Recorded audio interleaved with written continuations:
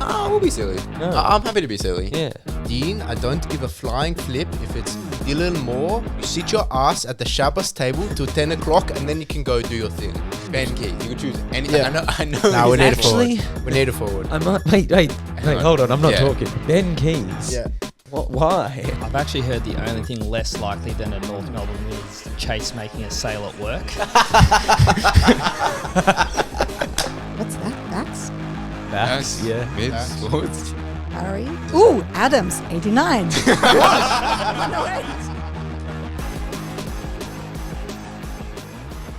Welcome back to Dos and Toss Season 5 episode. I'm actually not too sure, but I think it's 8. Yeah, pretty sure it's 8. And just a bit of a one-on-one chat. We finally brought back the esteemed guest of Kai Aladjem. Kai, welcome back to the podcast. Thank you, Chase. Thanks for having me. Very happy to be back on. It's been a while. It has been a while, yes. Last time you were on the podcast, you were standing and sitting behind this couch. I was. It's good to be sitting normally again, which is pleasing. Yeah, that was not. So have you recovered since then? I have recovered. Yeah, I have recovered.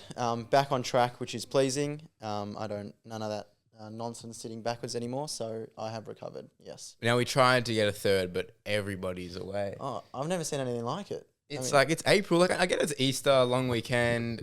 People are in Thailand. Dean's in Greece, going to Italy. Brody's in America. It's crazy. Everyone's in Gold Coast. Yeah. I mean, I thought it was just our friends, and then we went sourcing out to see who might be able to fill in. My first phone call was, I'm in Koh Samui. My second phone call was, I'm in Koh Samui as well. And then the third phone call was, I'm in Sydney. So, yeah, maybe no one wants anything to do with Melbourne at the moment. Yeah. I mean, we did have Remy Spicer in Melbourne, and I've asked Remy a couple of times to come on the podcast because everyone loves him. The fans love him. I told Remy, you're super charming, super funny, super hot. But he said, no, I've got too much uni work to do, which is really disappointing from Remy because he always, like I said, he's always great to have on the podcast. Always great to have a chin wag. I obviously work with him, so maybe I just annoy him too much. That's why he doesn't want to come on. Couldn't deal with the pressure, I don't think. Yeah, I have got that sense, but Remy and I are in a uni class together. It's a digital storytelling, so it's a journalism class, and he's telling me how he wants to be the next Tom Morris. Wow. Okay. And I'm saying, like, mate, you just got to put yourself out there. You got to do your networking. And look, Remy, if you're too scared to come on the podcast, then maybe you're not going to be the next Tom Morris. Yep, agree. Kai, you've just come back from the footy. I have.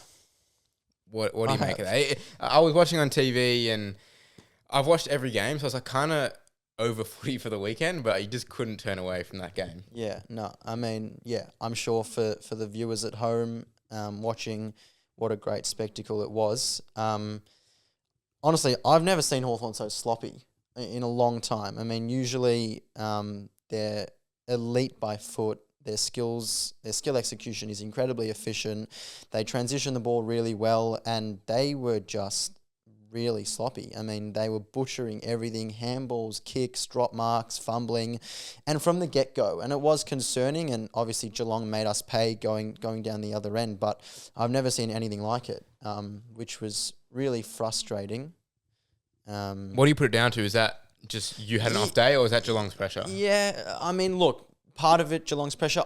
I usually would fall back to say, it's a big occasion, it's a hot footy, but I mean, these boys, they've dealt with this. I mean, I didn't see any of this in the finals last year against the Bulldogs, against Port Adelaide. So I don't want to say that the occasion was too big because I know that all of our players are well equipped to handle such a big occasion. Just an off day, I suppose. You had an off day last week as well. So, like, are you a bit concerned about what's going on? No, not concerned at all. Last week, the effort was not up to scratch at all. That was really evident. They thought they were much better than what they were. They thought that they would just walk over the line against Port Adelaide, and Port obviously showed us out. I think the effort was there today. The effort was definitely there. They went in hard, just the skills were poor. And look, you can have off days. If you want to say 2 off weeks in a row, that's fine. But I don't think it was an effort thing today. I think the skills were just incredibly poor. Okay. Speaking of off days, Will, Are you missing him a Yes. lot? And, he's going to be Yeah. out for an extended period of time. What does that mean for the rest of the season from a holistic point of view? Yeah, well, it hurts, and you can just see how dominant he is, how much of an impact he has on the team and when we're playing, and it definitely hurts. But it provides an opportunity for the other guys to step up. I don't understand why Henry Huswaite hasn't come into the he's team. dominating. I mean, I'm not sure what more a young guy could do at the VFL level, but yeah, obviously the mids, Nash, Newcomb, Warple are gonna have to work a lot harder. Now we might not have Nash for another month now, but yeah, it just puts. Well, Mackenzie stepped up and Ward as well. Yeah, no, I thought Ward was really good today. I think Mackenzie's been really good. So yeah, I think it's a great opportunity for the other guys to step up. But yeah, I think it's just Day's physicality.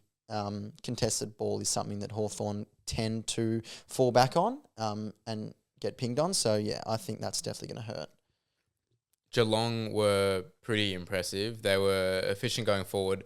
I don't know about this renaissance from Dangerfield. Like, Oh my God. it's crazy. He looked like it was washed kind of end of last year, and now he's probably top 10 in the goal It's kicking. just I so assume. powerful, and I mean, He just has never lost that though. Like, he's Yeah. never lost that burst, never lost the strength. I think he just fended off. Warple. Yeah, it was I've Warple, never seen who's a pretty Warple strong is, guy. Yeah, strong. Warple's usually the guy fending other people off, and yeah, I mean he's a nightmare when he goes forward. He's so strong. I mean he had a few set shots like on tough angles, snapshots, and I was like, he's going to look to centre this off, and I mean he kicked one of them, so he's just so impressive to be doing that at an older age. Does Nash get suspended for his tackle on Myers? Unfortunately, yeah. I mean, Do you agree that he should be suspended or no? And try and be as neutral as you can. yeah, I will say that yeah. Maybe he should be suspended, or he should be suspended. Unfortunately, the reality is that they do.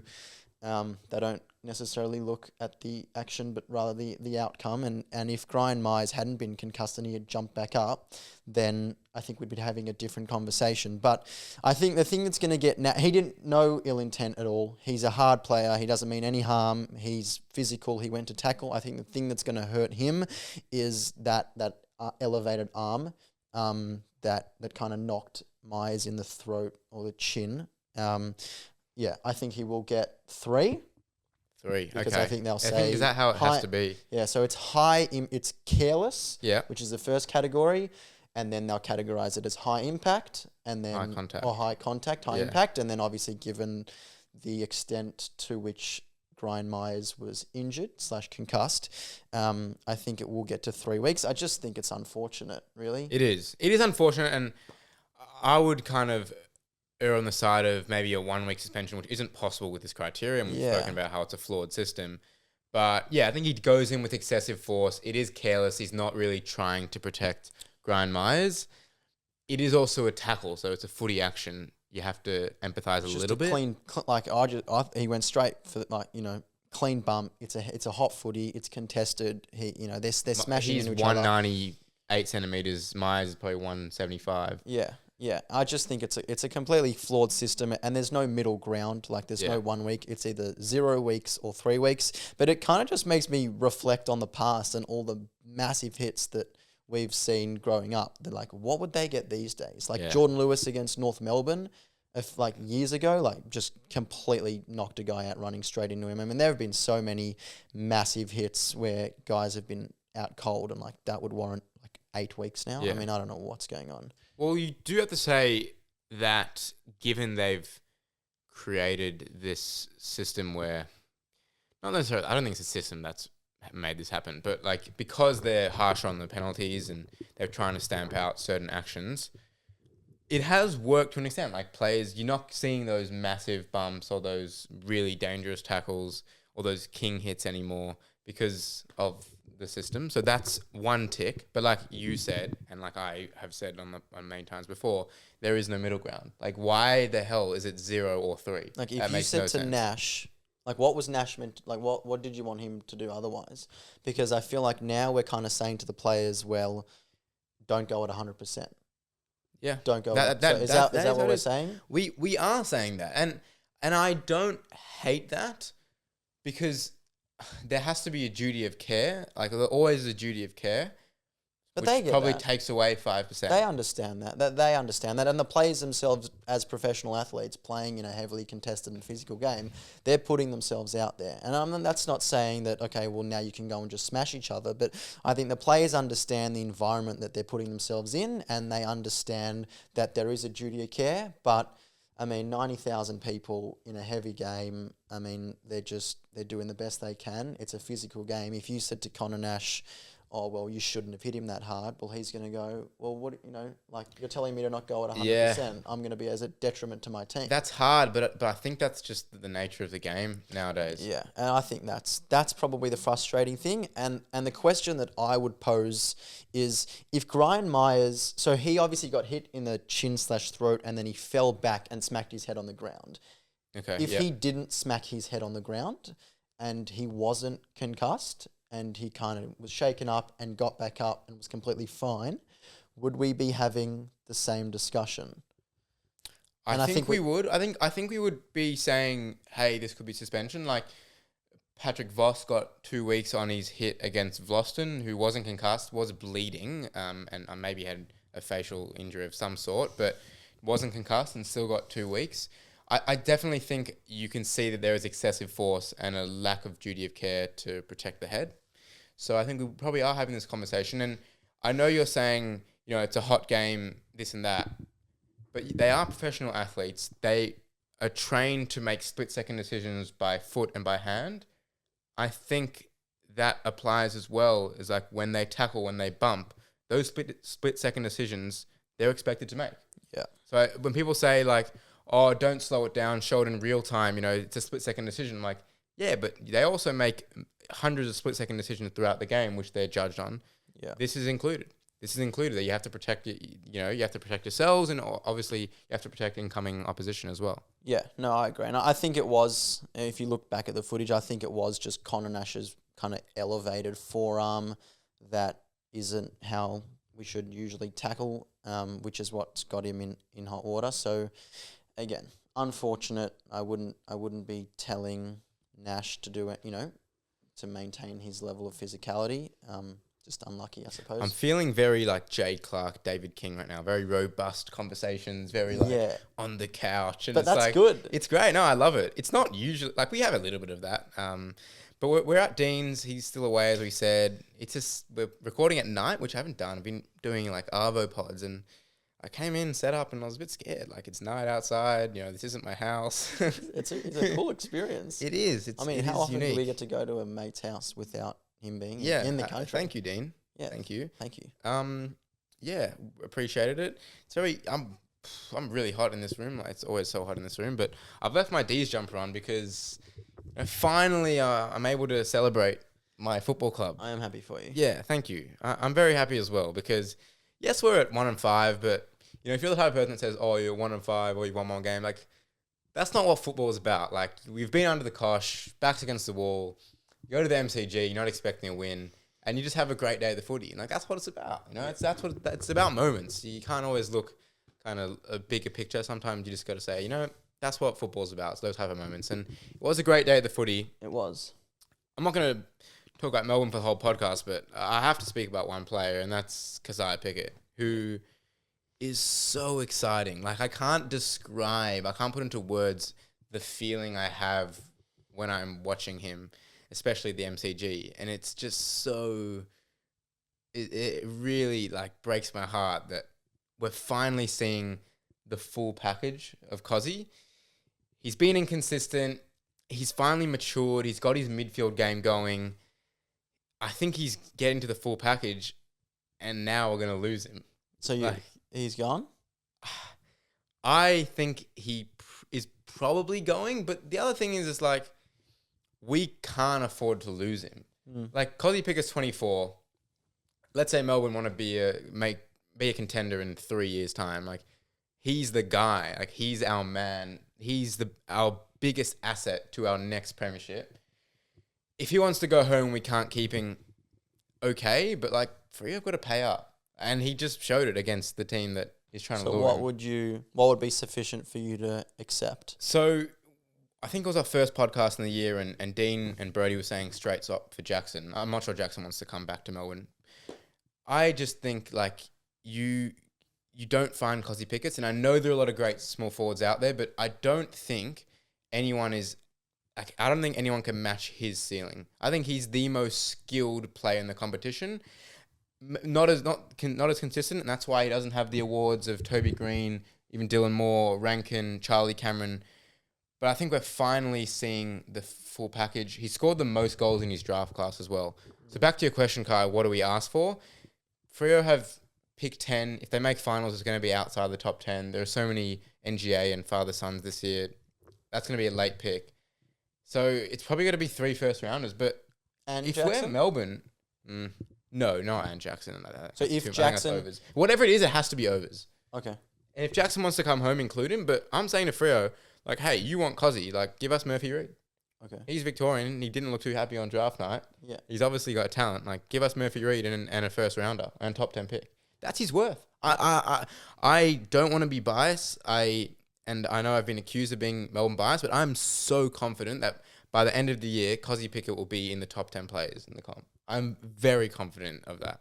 I look forward to coming back at the end of the year and debriefing with this. Like, I've made calls on some other Melbourne players that I look back and it's like, I kind of said it because I love them and I don't, like, I'm not sure I was thinking with my head, but like thinking with my head right now, I am very confident if Kozzy Pickett puts together a 4, 5, 6 games of that, 5 goals and 24 disposals, he'll be in the top 10 players of the comp.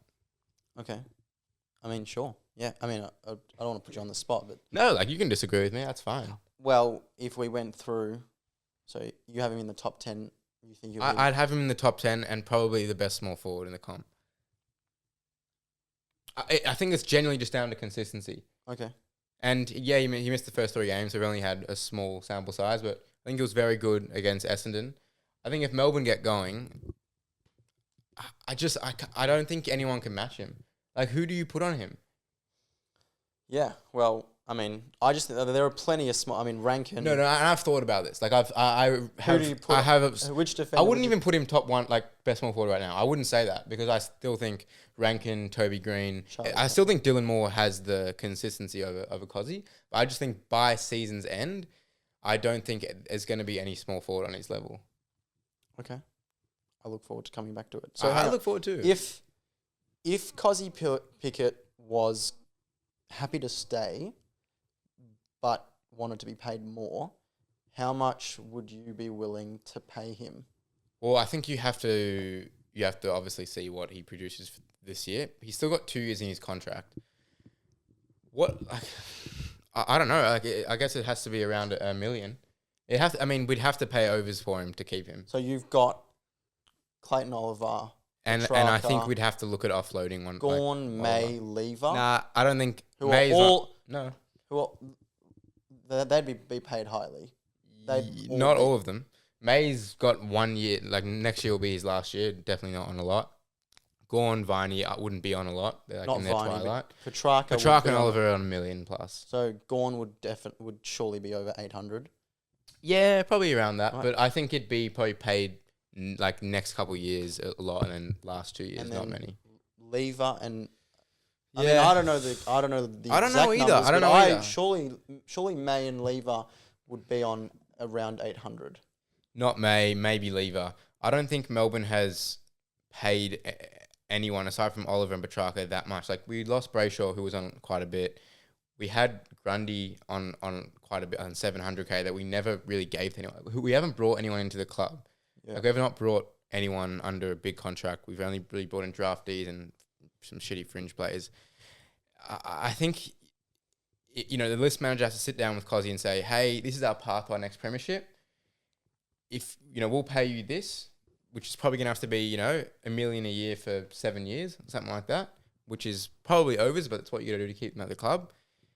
Do you want to be a part of it? If not, we're going to keep you 1 more year because Freo don't have the assets to pay us anything right now. And then the year before he goes out of contract, 3 first-rounders. Geelong did it with Tim Kelly. Yep. They said he wanted to go home. But he was aging. And no, he was 20. He got drafted, I think, at 24. So this happened, the Geelong... I think he'd be the same Was age. it 3 years ago? It was 3 years ago. So he debuted 2018. He wanted to go home. Geelong said, no, we're keeping you for another year. Played 2019, was All-Australian in 2019. and then 3 first rounders. Do we know who they got? And no, they offloaded to Giants for Jeremy Cameron in the end. That's true. That's right. So I just don't think if Freo can't give us what if Freo can't give Kozzy Pickett's value at the end of this year, then there's no issue with Melbourne saying, hey, we're going to need you for one more year. And, that year might be a really successful year and he might want to stay. It also may just be a family thing and we can't do anything about it. Yeah.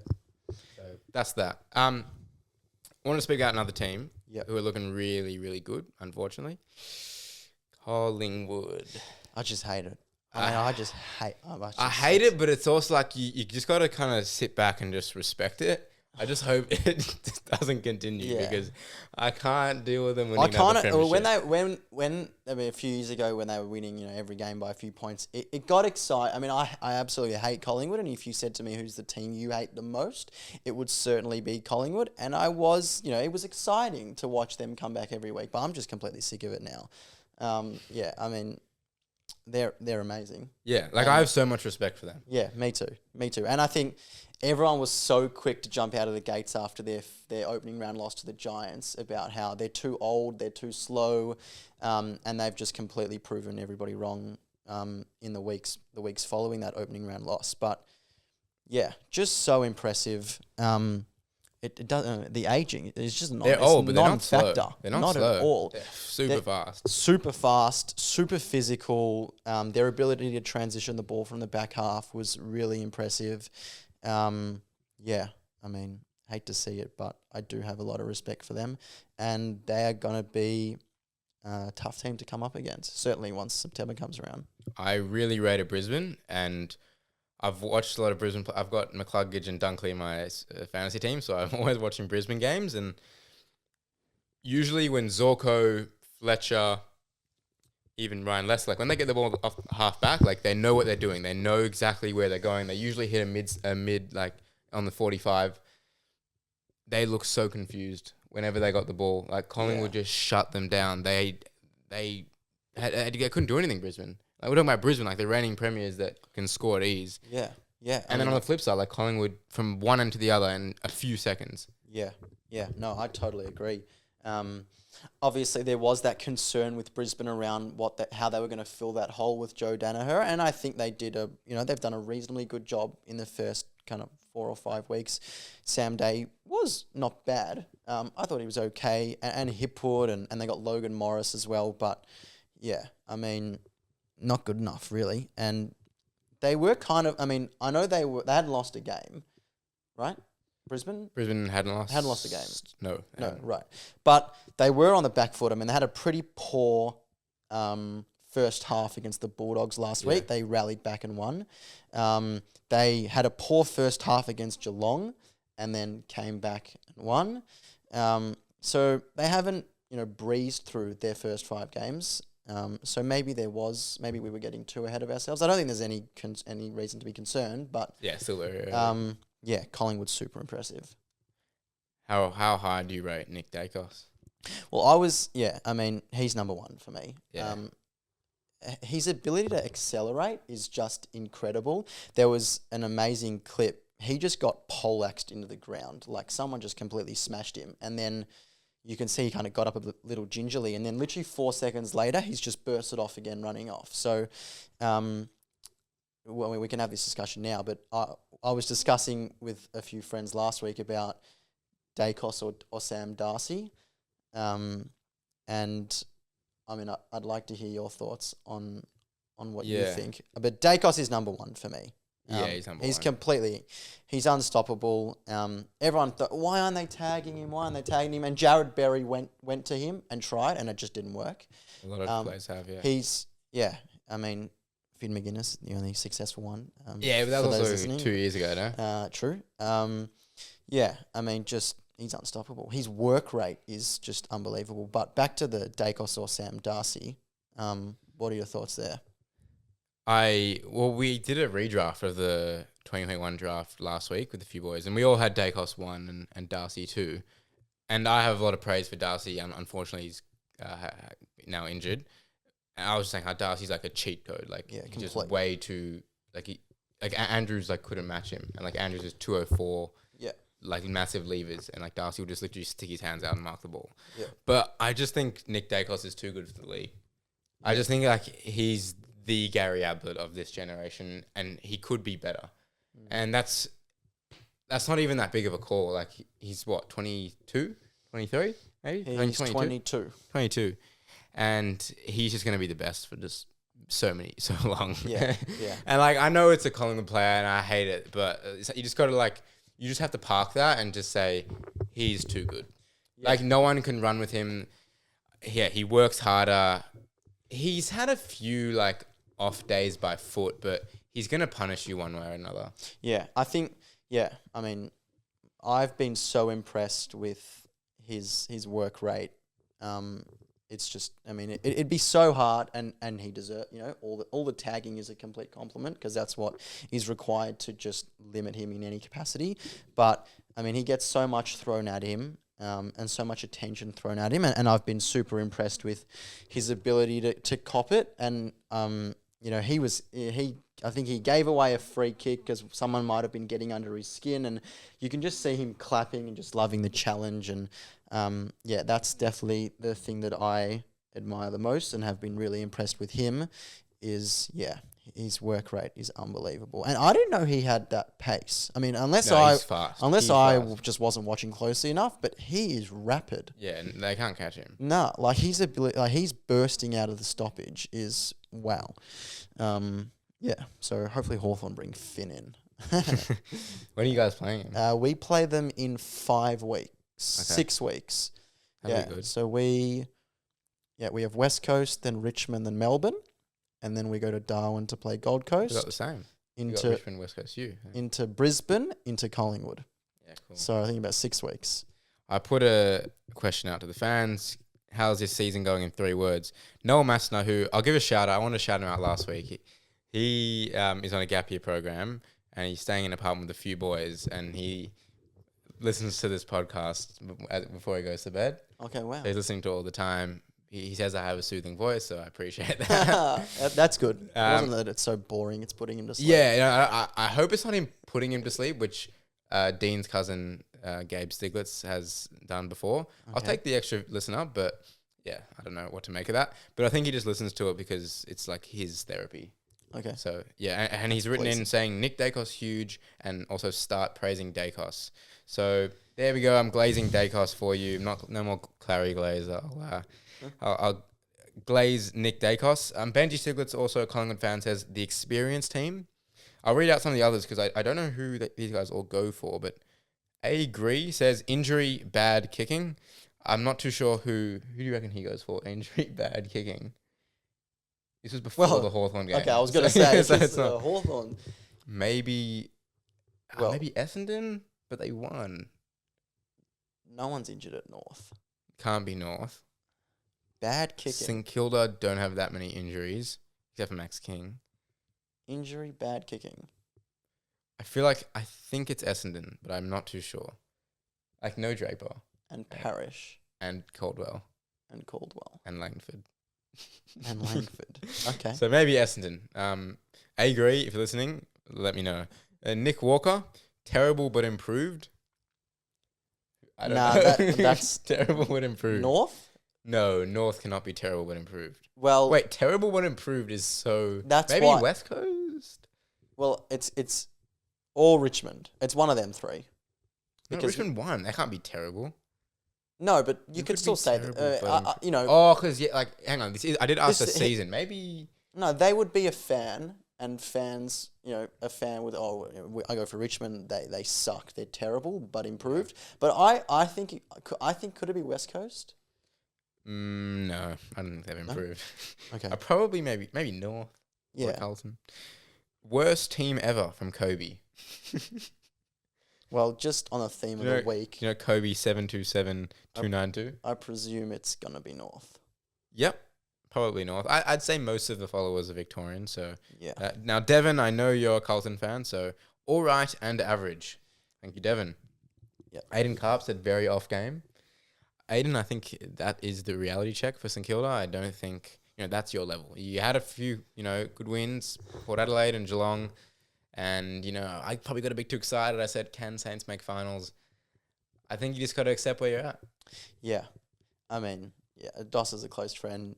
St Kilda. I mean, I didn't get ahead of a lot of people got ahead of themselves. They're no good. They overachieve. Yeah. And they'll probably have a few more of those wins, but don't get excited. But they do this every year. I mean, they just beat Geelong earlier in the year. Like, if they had been shit like they always are, and they beat Geelong in their standard round 17 match, it would have been, okay, well, they beat Geelong at Marvel every year. It just happened to be in the first month of the season that we kind of got, here we go. But, yeah, they're no good. Ariel TK14 said, needs some proof. Also a Carlton fan. They've beaten West Coast and North, so they've beaten up on two pretty terrible teams. Keen to see how they go this week. They played Geelong. So that will there be you go. A great test. I personally think they'll lose by 10 goals. Yeah. Sushi. Not very consistent. I did see that one tall in the forward line helps bring the small forwards into play. Great point, Sushi, but I did ask for 3 words, so so it should be better than that. I'm just kidding. No Mackay, only Kerno is the main target, helps the small forwards. Yeah, probably does. No, but they've proven to be so. They got to a prelim with those 2 guys. Yeah. So they've proven. Yeah, but be Fogarty, successful. Motlop, Williams are pretty good. But yeah, we need a but bigger who sample. are they playing against? Exactly. You need a bigger sample. Okay, let's take his comment. Let's put it on hold, and we'll see how they go this week. Yep. Sure. I mean, Mackay will be back or no? I not with the don't. concussion protocol. No, he could be. Was it concussion? It was concussion. So there's 21 days. It's 12. Is it? It's 21 at amateur level. Oh. Yeah. Okay, well then in that case. I hope not. Otherwise I don't have Grind Myers for 3 weeks in my fantasy team. True. No, I think you're right. It is 12. But okay, did you find that weird? A little bit, but it is a professional game. Imagine if someone gets concussed and they have to miss the whole final. But that's in the why amateurs 21 days. I don't play amateur footy. I'm not in charge. I'm not involved. I'm not a doctor. Okay, that's fair enough. I am not a doctor. Where's that from? 21 days. No, I'm not a... Someone made a funny quote. Said, I'm not a doctor. I'm not a doctor. That was it from the fans, so thank you. We can talk about Richmond beating the Suns. Yeah.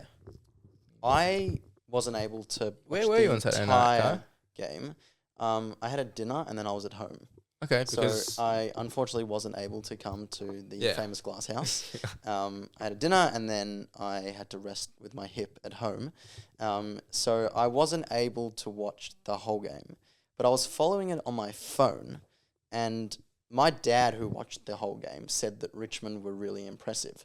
And I think we have this assumption of Richmond, they lost, a lot of their experienced players. They still have half a dozen triple premiership players out there.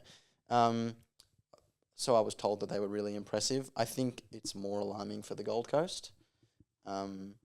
I mean, you just can't keep going around and saying you hate Marvel Stadium. We can't play away. This, that. That's just not an excuse. No, that's pathetic in my opinion.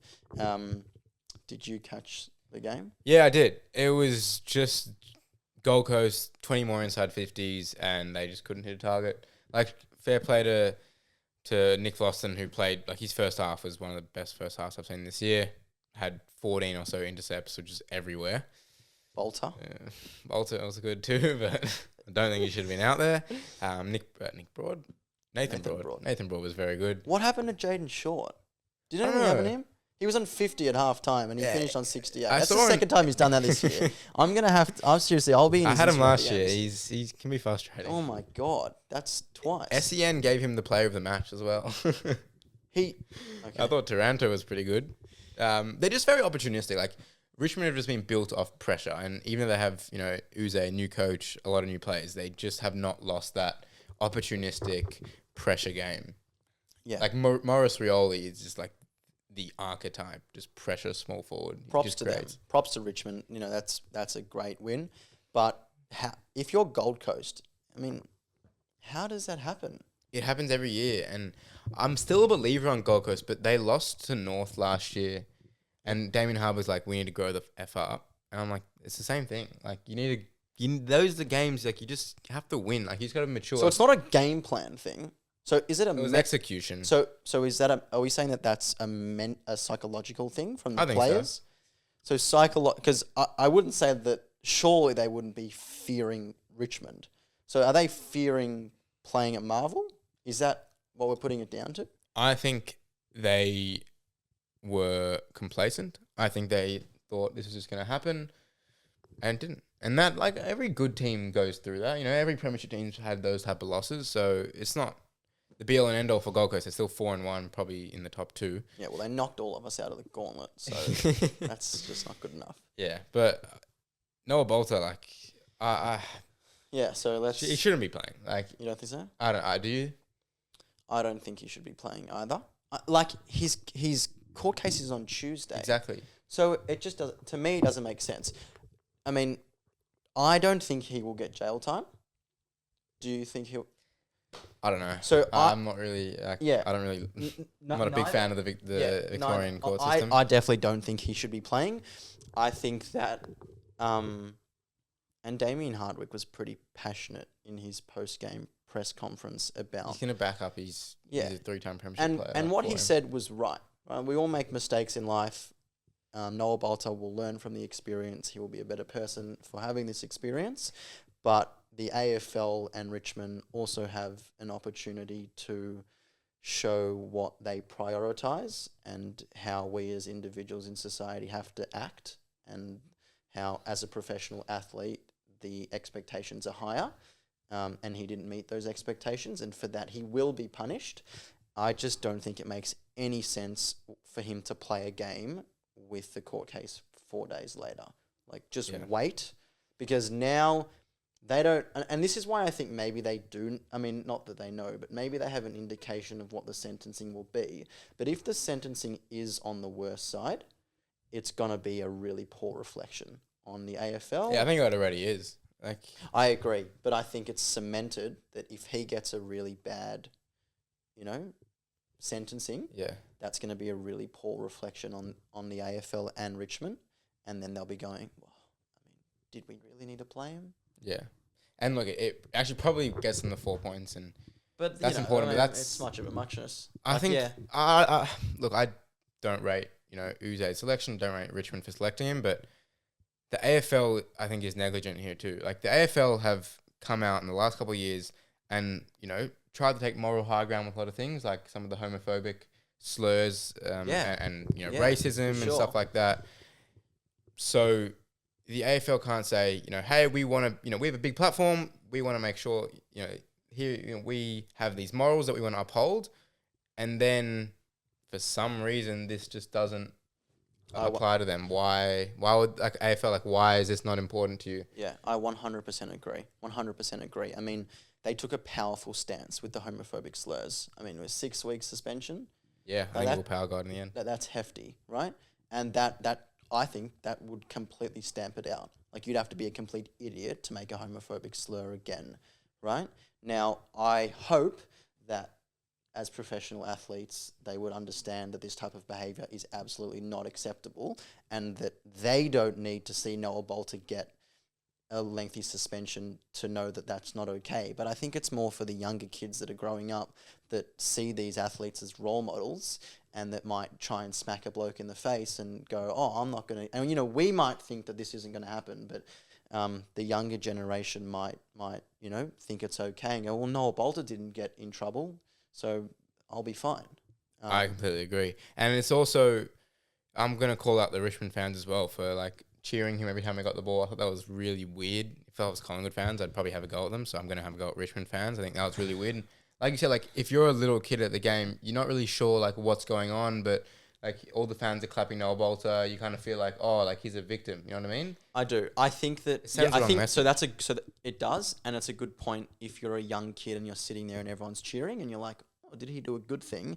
But I think that the reason behind is obviously he's copped a lot of heat, deservedly, and they're just trying to kind of rally behind him. He made a mistake. He pled guilty, so he's owned up to his actions, which is the first step, and he will get whatever punishment he gets.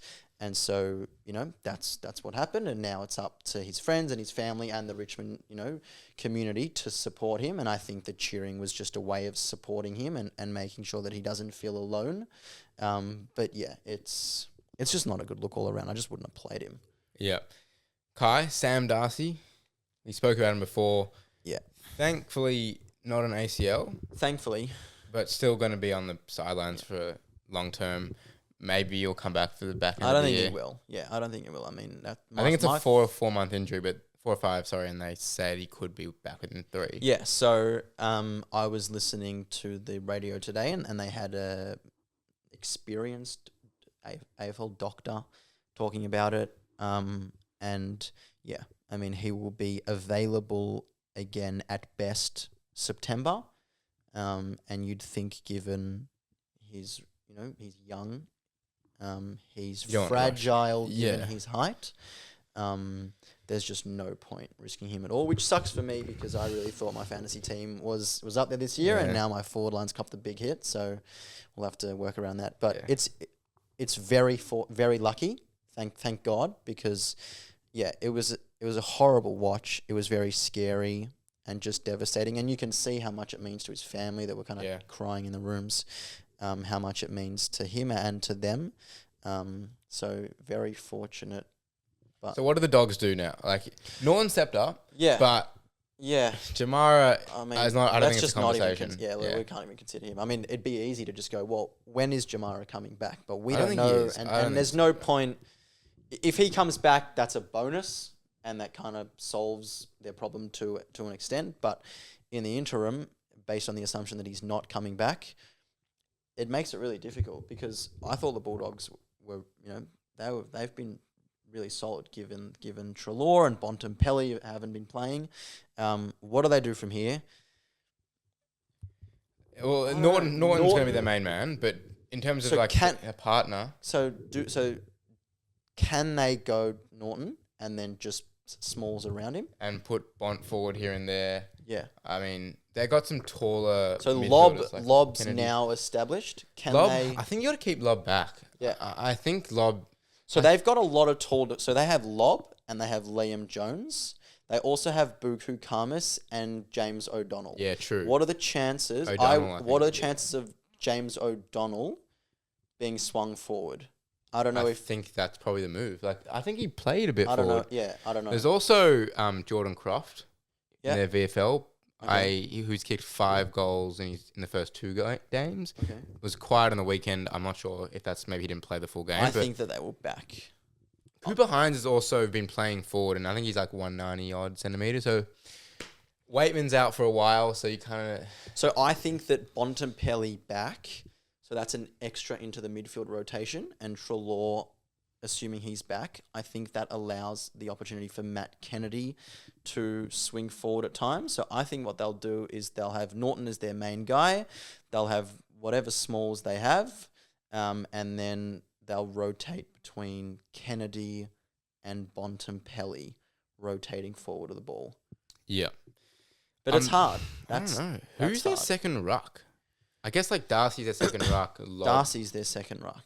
Lob has played ruck, but like if Tim English goes down, who would have come into the side? I'm looking at their team. Who's their VFL ruck? There's a guy, Lachlan Smith. I don't think he's never played a game, 19 years old. Will Minson back from retirement. 2023 draft. So, like I was saying, maybe they play 2 rucks and like English plays more forward, but yeah, I mean, they didn't really struggle without him. They did play St Kilda, and they had a good teams spread. have proven to be successful with just one key forward. Yeah, it's just a massive asset that they lose. Yeah, unfortunately, and he's just so dominant. Yeah.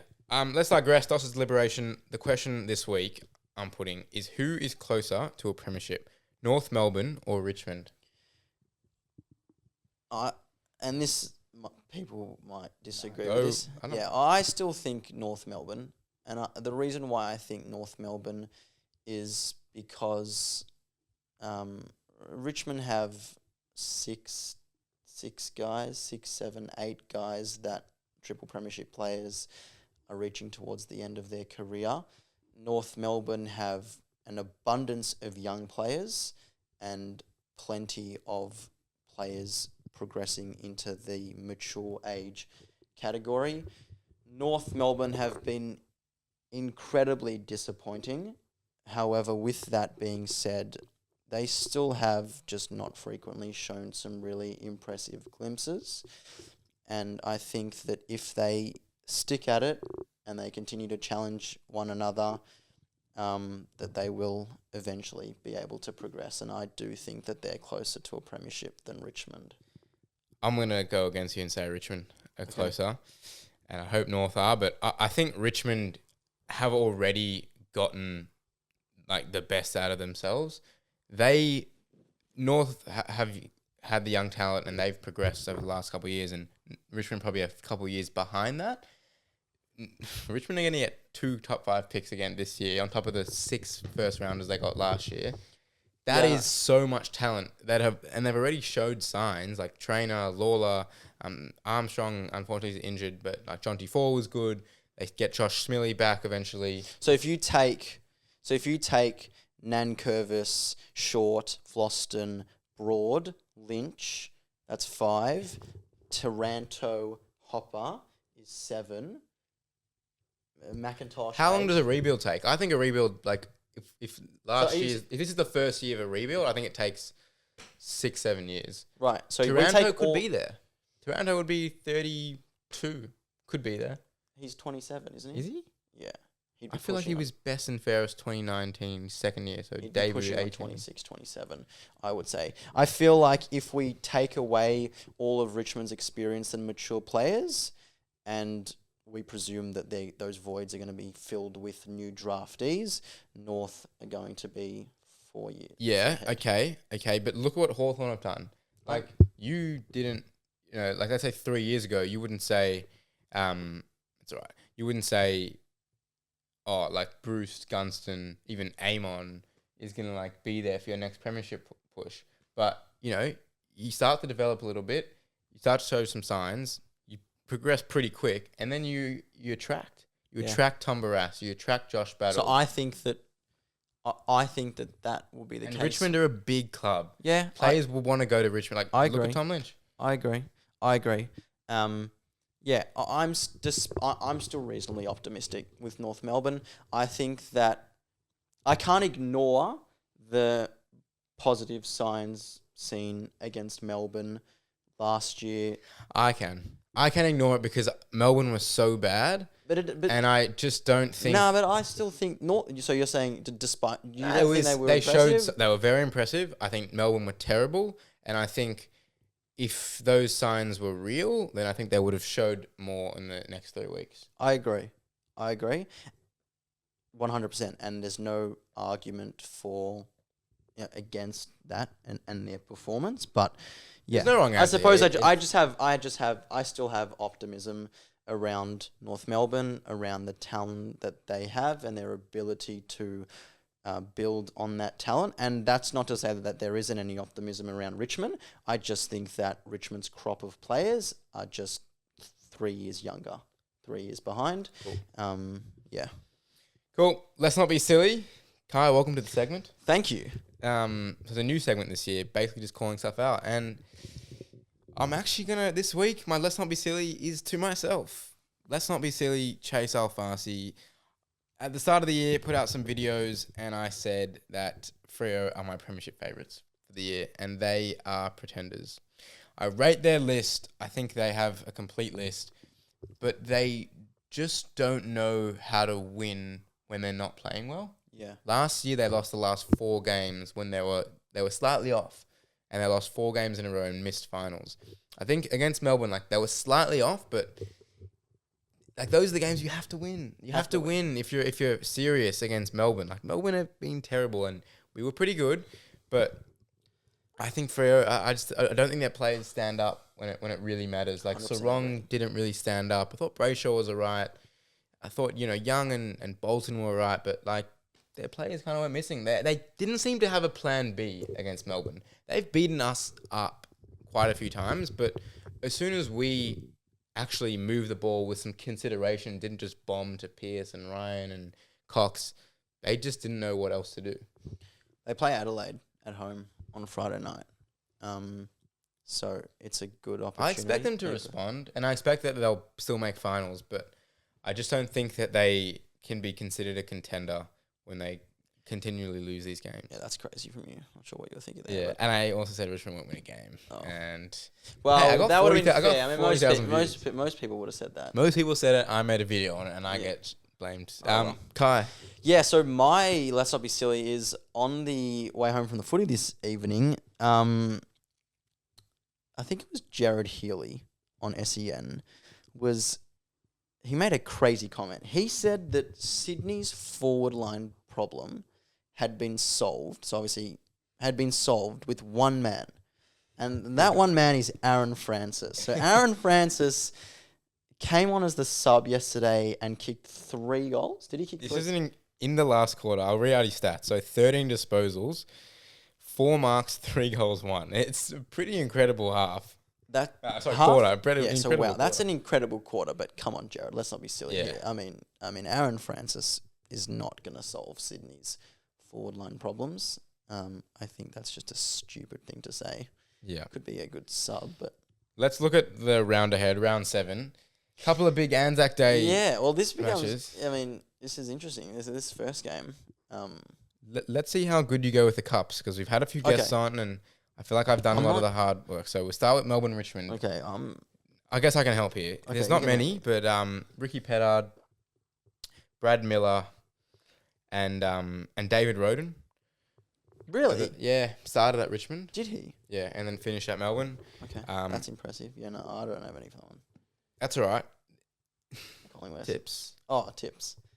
Well, see, This is so Melbourne to lose this game. I would not be surprised at all. No, I'm not going to pick Richmond. Like, I'm just... if they win, we'll all get that one wrong. So I'm tipping Melbourne. I'll tip Melbourne. Cool. Anzac Day, biggest home and away game of the year. I don't know if there's any cups, though. Essendon, Collingwood. Has anyone played for both those teams? You'd have to be crazy to want to go to the other after playing. Yes, there is. I think there is one, and his name is Scott Cummings, and I know that because we've done this obviously in years prior, and I haven't known, so I've had to search it up, and I believe Scott Cummings played for both those teams.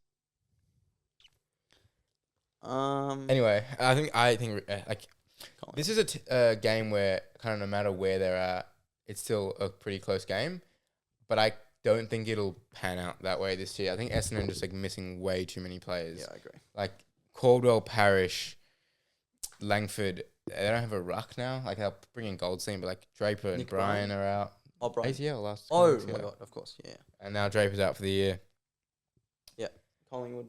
I think Collingwood, and I think pretty convincing.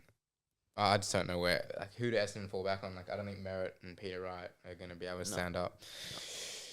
No. Okay, this is I said it last week when there was a... This is a hard fit with the cups. I hate it when there's 2 Friday night games, and they've done it again. Yeah, and I hate it especially on Anzac Day. Oh. Anyway, they've done it a second game on Anzac Day. Freo Adelaide, and I have no idea who's played for Freo and Adelaide. This is such a random 2 teams. Yeah. Freo and Adelaide. Oh, is there one? I mean, there's probably 1 or 2 that I can't think of. Sounds really bad, but no idea. Yeah. I cannot think of a single player. Tough. The Cups are kind of tough this week. All right. This is an interesting game. Freo, do they respond at home? Yeah, well, see, I've looked very closely into Adelaide, and I've been really optimistic and definitely on the Adelaide bandwagon. I thought that they should have beaten Geelong. I thought that they would. I wasn't sure what would happen with the Giants. That was a weird game. I didn't even watch that game. I watched that whole game. I was listening on the radio. I had messages going is it raining? It did not rain at all in the first half, and the Giants kicked 1 goal. And Adelaide kicked 2 free flowing. It was a free flowing game. Bizarre. Yeah, rattling. I'm gonna go Freo to respond, even though I just. No, I think Adelaide will win. Okay. St Kilda, Brisbane. Billy Longer. Yeah, you're way too good with these. Well, I mean, cups. mate, do this for a living. Yeah, true. Dara Joyce as well. I got to up my game. Dara Joyce. Again, like two teams that I feel like don't really trade. Brisbane and St Kilda. Two teams that I feel like never play each other. I don't reckon St Kilda have been in Brisbane in like 10 years. Actually, that's probably not right. They almost won last year at the Gabba. They did come back. They lost by 20 points. They came back. Yeah. By 20 points. They almost won. But no, I do remember that game. I remember sitting on the couch watching that game. Yeah. Anyway, I think Brisbane respond and yeah, me too. Oh, it's at Marvel, but I think Brisbane respond. Yeah. Wait, so we had no one for the Cups? I said Dara Joyce. Okay, yeah, sorry. I feel free to add. Yeah, no. I don't know. No, let's move on to the next game. Cups. So. Port Adelaide, North Melbourne. Jared Polak. And Pittard. No, I have an obvious one. Leonard? Did he play for North? Yes, Jared Leonard, but I don't think he did play for North. I think he was on the VFL. Jared Leonard gets so much airtime on this podcast for some reason. Like every guest that comes on always mentions Jared Leonard. Really? Yeah. Wait, hang on. Shosty mentioned him a couple times. Wait, so hang on. There's an obvious one, like super obvious, and I'm gonna see if you can get it. Super obvious. Super obvious. So we said bro. Polak. One of the best players in the comp. Now. Yeah. Maybe not one of the top. He's probably top. But now 20. you're going to embarrass me because I can't think of it. Off the top of my head. North Melbourne went to Port Adelaide like 2 years ago. Oh, Horn Francis. Yeah. How could we not? It's just ridiculous. But it happens. We have missed some bad ones. I missed Isaac Rankin a couple of weeks ago. Yeah, wow. Brody would have said Drew Petrie. Drew Petrie. Port Adelaide, North Melbourne. I think Port Adelaide. I'm really looking forward to seeing how North bounce back from. I'm looking forward to see how like LDU responds. McKercher, Harry. Yeah, I'm looking forward to that. I think it's that loss against Carlton was like the expectation, and you just didn't show it because they were disappointed. They were really, they were really disappointing against Sydney, and then they came back and put in a relatively impressive 3 quarters against the Gold Coast. They hit the front at the end of that third quarter, and then they just disappeared again in the last quarter. So yeah, I'm hoping that they can rally back and put in a good performance. Doggies Giants, the rivalry. Yeah. They hate each other. Oh, they hate each other. Cups. Come on, guy. Tom Boyd. Rory Lobb. True. Ryan Griffin. Adam Treloar. Welcome. Callan Ward as well. I feel like these have a lot. I mean, yeah. The Giants have had so many players that have moved across. So you said Treloar. We said Treloar, Griffin, Ward, Boyd, Lobb. I feel like there's another one that I'm missing. Like a backman or something.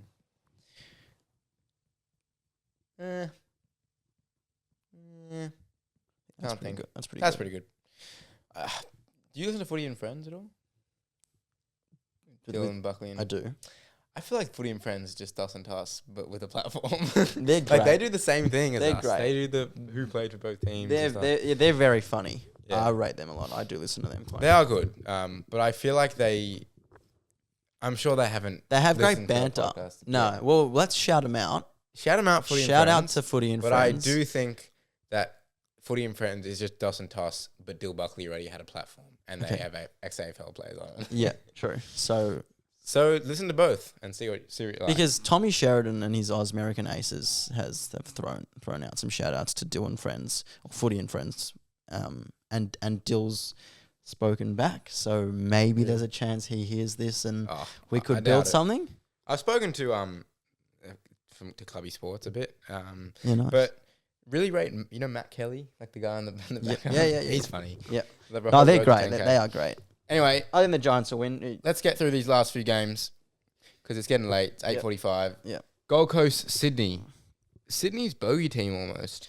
Yeah, I mean the Gold Coast will win. I think. Who the hell has played for Gold Coast and Sydney? As for the Cups, Tom Hickey started at Gold Coast and went to Sydney. Okay, nice. I don't know. Gold Coast and Sydney.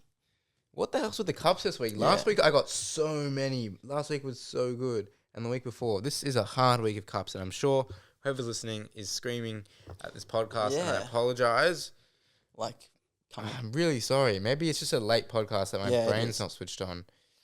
Can we say, for those listening, if there's any that we've missed? Yeah. I mean, I always get a few we can sent keep in. ourselves in line. Because Sydney, Gold Coast. Yeah, I'm no good with this.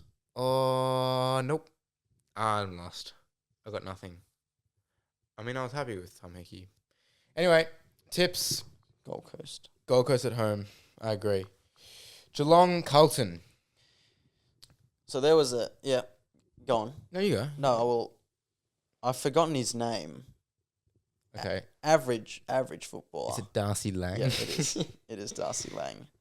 Darcy Lang. I said Darcy Lang last week and I was wrong, so I said it this week. Darcy Lang. I just have a memory of Darcy Lang just like selling the candy, splitting the seas like Moses and just down the middle, just nailing a goal.